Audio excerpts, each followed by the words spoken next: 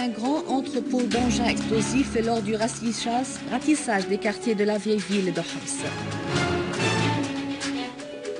Les forces irakiennes éliminent 50 terroristes de l'État islamique à Dalawiya, Diyala et Barkouba. Ban Ki-moon souligne le rôle clé de la Russie dans le règlement des crises du Moyen-Orient et dans le monde.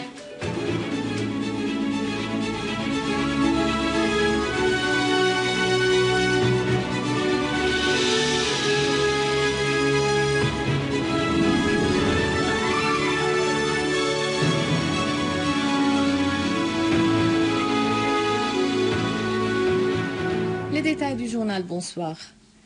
À Homs, une unité de l'armée arabe syrienne a saisi un entrepôt de munitions et d'explosifs lors du ratissage de la vieille ville de Homs.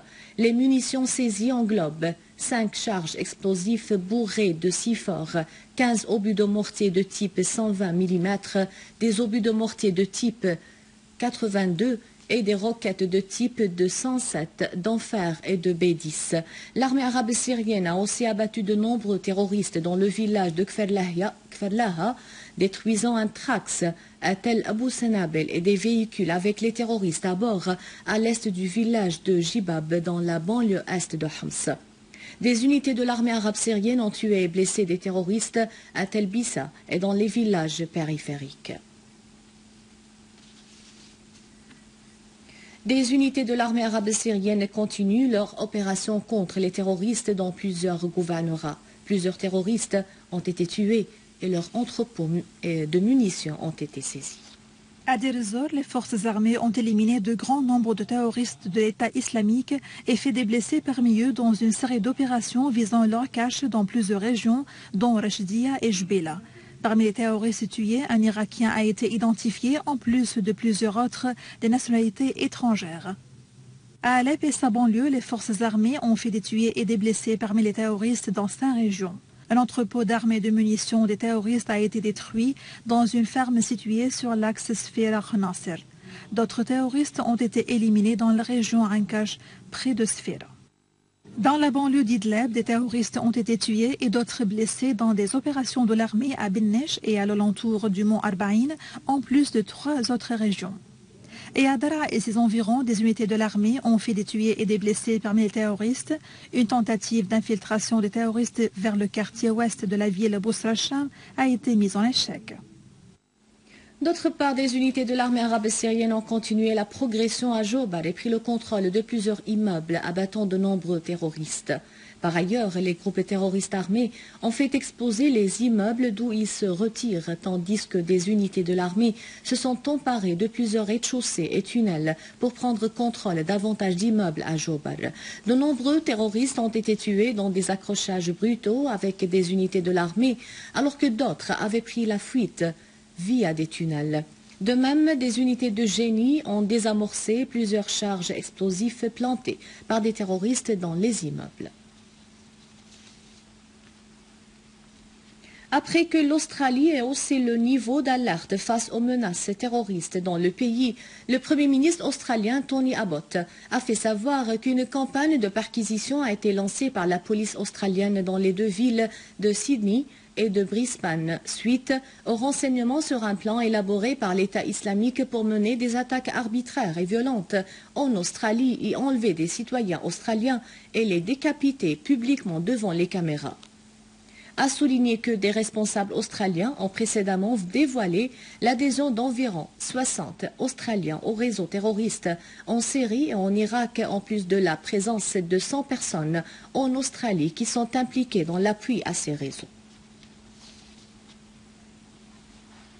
Les États-Unis ont avorté un vote à l'unanimité au Conseil de sécurité pour condamner le Front Nusra pour son enlèvement d'environ 50 soldats philippins et fidjiens de la FNUAD. Les États-Unis avaient en outre insisté sur le fait de présenter les kidnappeurs comme de simples hommes armés ignorant le Front Nusra. Par ailleurs, la Chambre des représentants américaine, dominée par les républicains, a voté hier sur l'entraînement et l'armement de la soi-disant opposition modérée en Syrie d'un montant atteignant 500 millions de dollars. L'admission définitive de cette décision est prévue ce soir au Congrès.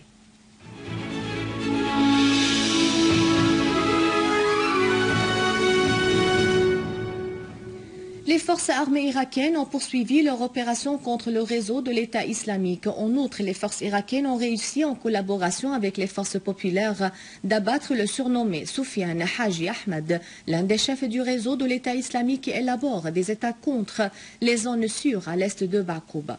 Les forces irakiennes ont également mis en liberté l'adjoint du doyen de la faculté d'Ahliya après 6 jours de son enlèvement à Bassoura et d'un officier retraité à Salah ad-Din. À Delouia, les forces de l'armée ont neutralisé en collaboration avec les fils des tribus 28 éléments du réseau terroriste et mis le feu dans nombre de leurs véhicules.